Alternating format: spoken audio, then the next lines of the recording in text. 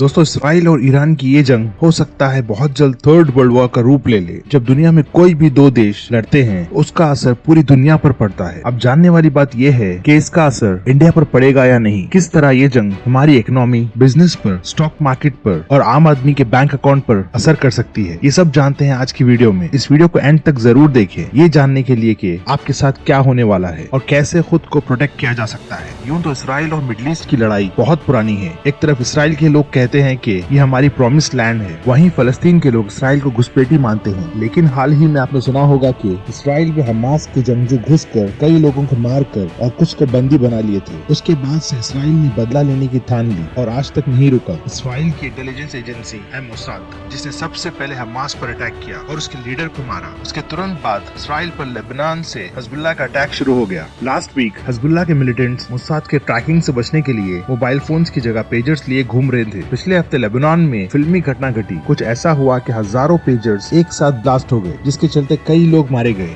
जब उनके फ्यूनरल के लिए हजारों लोग जमा हुए तब उनके वॉकी टॉकी में ब्लास्ट हो गए, जिससे और हिजबुल्लाह के लोग मारे गए। ये बात कोई नहीं जानता कि किस तरह इसराइल ने पेजर्स या वॉकी टॉकी को हैक किया और ब्लास्ट किया, या फिर उसके पीछे क्या राज है। जब इतना सब चल रहा था, ईरान सिर्फ धमकियों से काम चला रहा था, कुछ कर नहीं रहा था। देख कर 1 अक्टूबर की रात ईरान ने इसराइल पर लगभग 200 मिसाइल्स दाग दिए और इसराइल की मिलिट्री और एयरबेस को निशाना बनाया। ज्यादातर मिसाइल्स को इसराइल की डिफेंस सिस्टम आयरन डोम ने मार गिराया। कुछ लोग घायल और एक रिपोर्टर मारा गया। इसराइल पीएम बेंजामिन नेतन्याहू ने प्रेस कॉन्फ्रेंस में कहा कि ईरान ने ये अटैक कर बहुत बड़ी गलती कर दी, अब उन्हें इसकी कीमत चुकानी होगी। जिसके जवाब में ईरान ने कहा, अगर तुमने अब रिटेलिएट किया तो अगला हमला इससे भी बड़ा होगा। उसी दौरान इसराइल लेबनान में भी हिजबुल्लाह से लड़ाई में मसरूफ है, जहाँ ऑलरेडी लगभग 2000 लोग मारे जा चुके हैं। एक तरफ यूएस, यूके, कनाडा और जर्मनी इसराइल के सपोर्ट में है, तो वहीं ईरान को तुर्की, रशिया, चाइना जैसे देश का भरपूर सपोर्ट है। अगर ऐसा ही चलता रहा तो वो दिन दूर नहीं जब ये लड़ाई बड़ा रूप ले लेगी और दुनिया वर्ल्ड वॉर 2 की तरह 2 कैंपेन्स पे डिवाइड होकर रह जाएगी। अगली एक्सपेक्टेशन ये है कि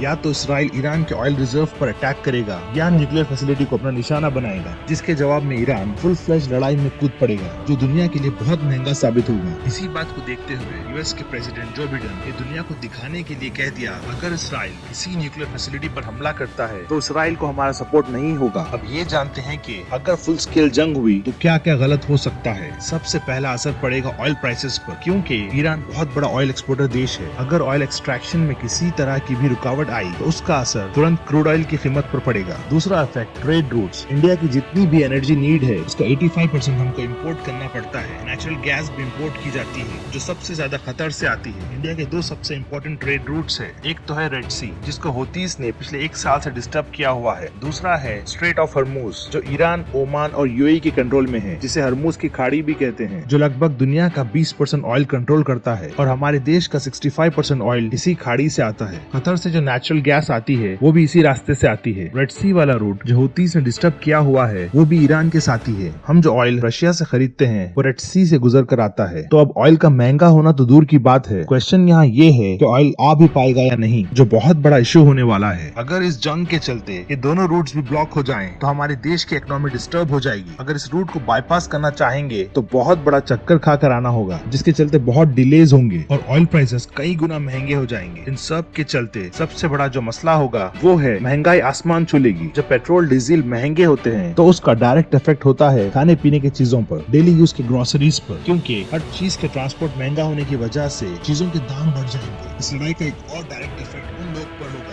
जो इंडियंस मिडिल ईस्ट में काम कर रहे हैं। छोटे मोटे अटैक्स में तो वो डिस्टर्ब नहीं होंगे, लेकिन जब ये बड़ा युद्ध हो जाएगा तो वहाँ से सरकार उन्हें वापस भेज देगी। अब जो वो लोग मिडिल ईस्ट में कमा कर हमारे देश को भेज रहे हैं वो सब रुक जाएगा। अभी हमारे देश का फॉरेक्स रिजर्व बिल्कुल टॉप पर चल रहा है, उस पर बहुत बड़ा इफेक्ट होगा। एक तो ऑयल महंगा होगा, उससे हटकर मिडिल ईस्ट से आने वाला डायरेक्ट रेमिटेंस वो भी बंद हो जाएगा। उस पर से हमारे देश में बेरोजगारी और बढ़ जाएगी। जब इतने हजारों लाखों लोग देश वापस आएंगे और इनके पास काम करने के लिए कुछ नहीं होगा। अब अगर स्टॉक मार्केट की बात की जाए, भारत का stock market right now world का बेस्ट परफॉर्मिंग मार्केट है। दुनिया में सबसे ज्यादा रिटर्न यही दे रहा है, लेकिन करंटली मार्केट ओवरवैल्यूड है। और जब मार्केट ओवरवैल्यूड होता है तो छोटी से छोटी खबर भी मार्केट को हिला कर रख देती है। पिछले हफ्ते जैसा ये मिडिल ईस्ट की टेंशन इंटेंस हुई, वैसा ही इंडियन स्टॉक मार्केट 3 से 4% 50% ऑलरेडी गिर गया। अब अगर सच में फुल स्केल युद्ध स्टार्ट हुआ तो इंडियन स्टॉक मार्केट में अच्छी खासी करेक्शन देखी जा सकती है। बेटर है स्टॉक मार्केट के लोग अगले कुछ दिन केयरफुल रहें और अगर हो सके तो कैश लिक्विडेट करके करेक्शन का वेट कर ले। वॉरेन बफेट जैसे इन्वेस्टर्स आज अपने नेटवर्थ का लगभग 20% कैश लिक्विडेट करके बैठे हैं, तो हम किस खेत की मूली हैं। अभी लेटेस्ट न्यूज ये सुनने में आ रही है कि अरब देशों ने इसराइल को सख्ती से अपने एयर स्पेस यूज करने से मना कर दिया है। अब इसराइल किसी भी अरब देश के ऊपर से ईरान पर अटैक नहीं कर सकता। इस मिडिल ईस्ट की सिचुएशन पर आपको क्या लगता है, कमेंट्स में जरूर बताएं। क्या आप मेरे पॉइंट से एग्री करते हैं या आपका पॉइंट ऑफ व्यू डिफरेंट है? हमारे साथ जरूर शेयर करें। इसी तरह के वीडियोस के लिए फैक्ट्स विद ओके को सब्सक्राइब करना मत भूलें। मिलते हैं अगली टॉपिक के साथ। Till then stay safe.